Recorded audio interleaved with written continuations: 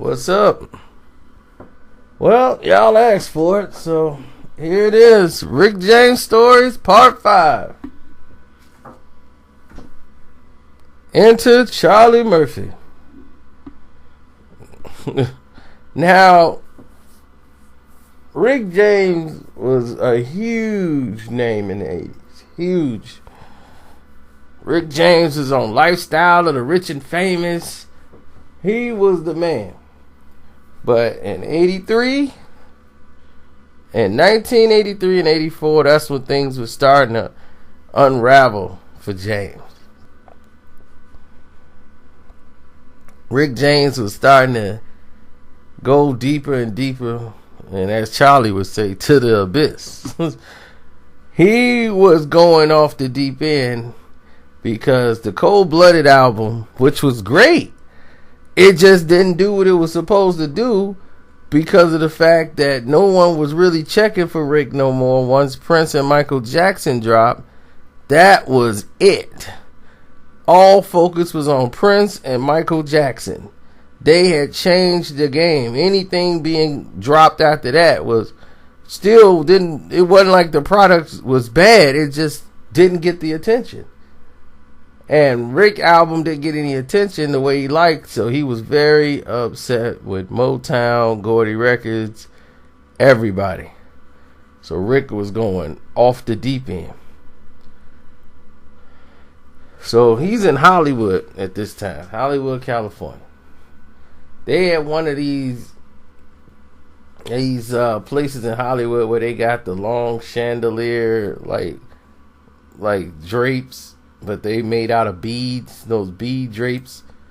And then they got in the back like one of those real king-size beanbag chairs. And Rick's just laying on them with like 45 rings on his finger, a chain, and boots, and a cowboy hat. Yeah. He got like 2 chicks with him. You know, the crew is reduced. It's not as big as his normal entourage that Rick normally runs with. But he's basically, when he walks into the place, the entire place is his entourage. Hey, I'm Rick James. Yeah, bring drinks to everybody. Yeah. I want some Crown Royal right here. I want a whole thing of Crown. Leave the bottle. Yeah. What's going on, man?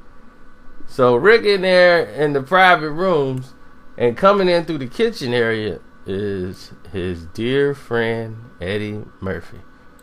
Eddie, Charlie, and a couple other people he got that's rolling with him. So as soon as he see him, you know, Charlie Murphy already told you he called him blackness and darkness and all that stuff because he used to make fun and crack on them all the time for being black. But he also used to call them liver lip bastards. And that, yeah, liver lip bastards. Look at that, Charlie Murphy. Eddie, y'all liver lip bastards. Man, they look like twins. Ugly and uglier. Oh, man. So Rick was good, man, in riding him. So they sitting back there having a good time. Ed just cracking up, laughing at Rick.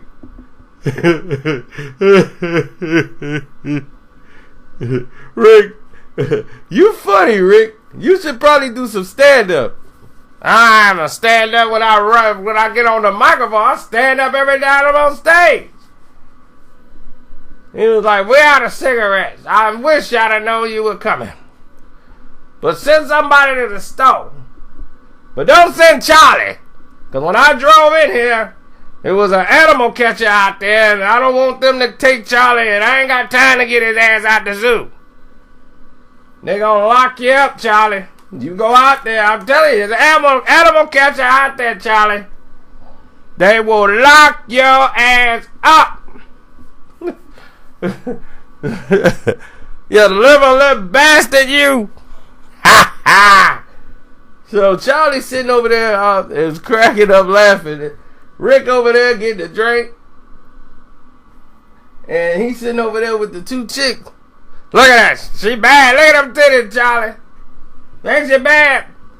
So they sitting over here having a good time. Then this guy comes in, man, I'm a fan of you, Rick. This is my wife. Yeah, she really wants to like sleep with you and stuff, man. She's a super freak, man. You can knock her out, man. Just do what you want to do, Rick. You know, he had this happen tons and tons of times, like in a row. Random people be trying to give him their wives, everything. That's how much the aura that Charlie Murphy was talking about, that was around Rick. And it just drew people to Rick. And Rick gets up because he was in the middle of a conversation with Eddie and Charlie. And I think that's when Eddie was, you know what? You know what? I think I need to come out with an album. He's like, you finna sing? No, I'm for real, not a comedy album. I'm talking about an R&B album. I can do it.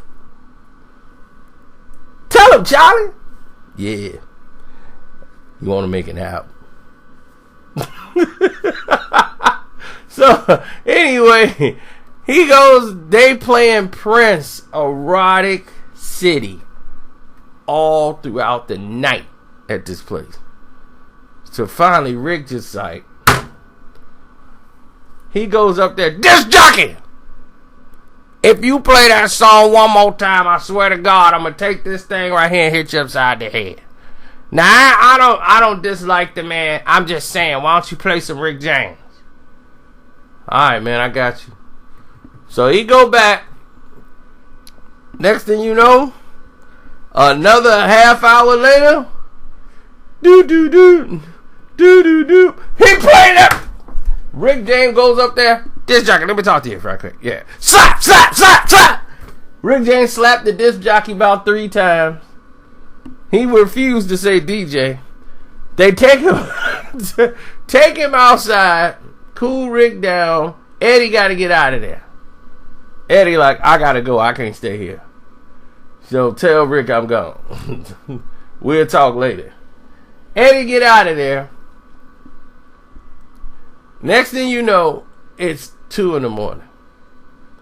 The place is closing down. This happened around 10 o'clock at night. It's 2 a.m.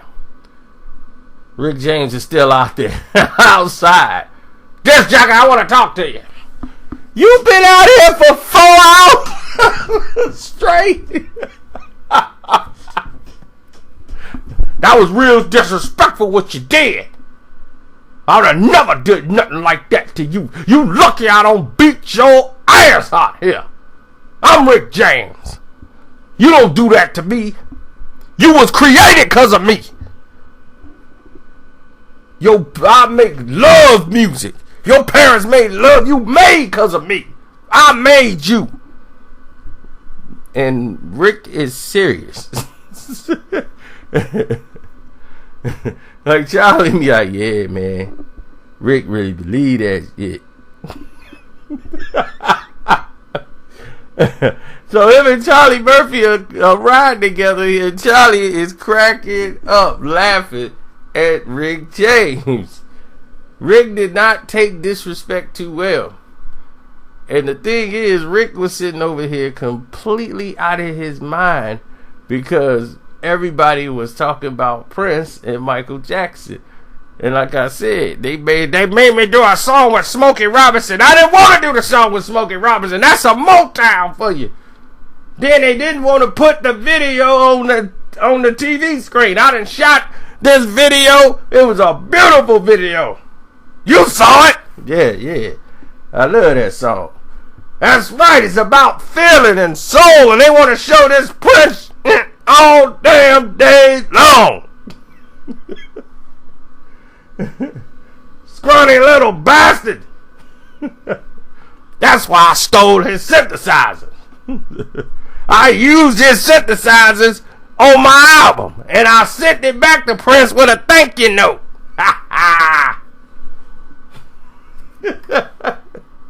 Because Prince used to program his own synthesizers. Back then, it wasn't too many people that could do it. Stevie Wonder was one. Prince was 2, and that was about it, especially for like black entertainers. programming a synthesizer, you need to basically engineer somebody else to program it to exactly to the sounds you wanted to use. So Super Freak and all of those, all the synthesizers was used by Prince synthesizers that was stolen from the tour, from the Fired Up tour that he had. Vintage Rick. But he sent it back to Prince and he put a thank you note with it. That's just Rick James. So they go back to the house to kick the party off that's starting at 2 something in the morning. There Rick's like place kicking it, his chicks, his drinks, they smoking, getting high, and they want to teach Rick James a new trick. Rick James is not the kind of person you want to teach something new to. And you're not understanding of how he's going to accept that information. Rick is the type of person, like, if you tell him something, hey, brother, take this brochure, man. The government, man, they killing the rainforest. What? Them snake mother. First they done took us from Africa. Now they killing the rain? No, brother, man, give it to the studio. I got something to say. And it'll be a Rick James song. Just that quick. If you tell him information and you say it the right way, Rick will take it as fact. He, a normal person be like, man, that's interesting. I'll research, I'll look into it. Rick automatically accepts it as fact and he believes it more than anybody in the world. Like Charlie Murphy, and Rick really believe that. So he's in there and they trying to teach him the card game Uno. Everybody playing cards. They playing gin rummy. He in there, gin mother. So he in there playing cards. Next thing you know, they was like, yeah, what's this color card thing? It's called Uno. That's the new game. Oh, teach me that. Show me that. And I'm going to whoop your in this Uno. So they in there like, draw four. So, yeah, I got them drawing four. See, I can put this with anything. It's called a wild card. That's what I like. I would get all wild, baby. That's me, baby. Wild card. Oh, I can throw it down with any color. That's Rick James. So Rick is sitting there getting off on this Uno. He played Uno for 3 hours straight. And then finally, he won the game. And the guy was like, oh no, I won. You got to say Uno and out. Motherfucker, you ain't teach me that. Slap. Rick James is fighting with his homeboy. Just instant reflex. Instant reflex fighting. And Rick like to put people in headlocks and give you the rub the middle of your head with his fist. But Rick got to understand he got rings on.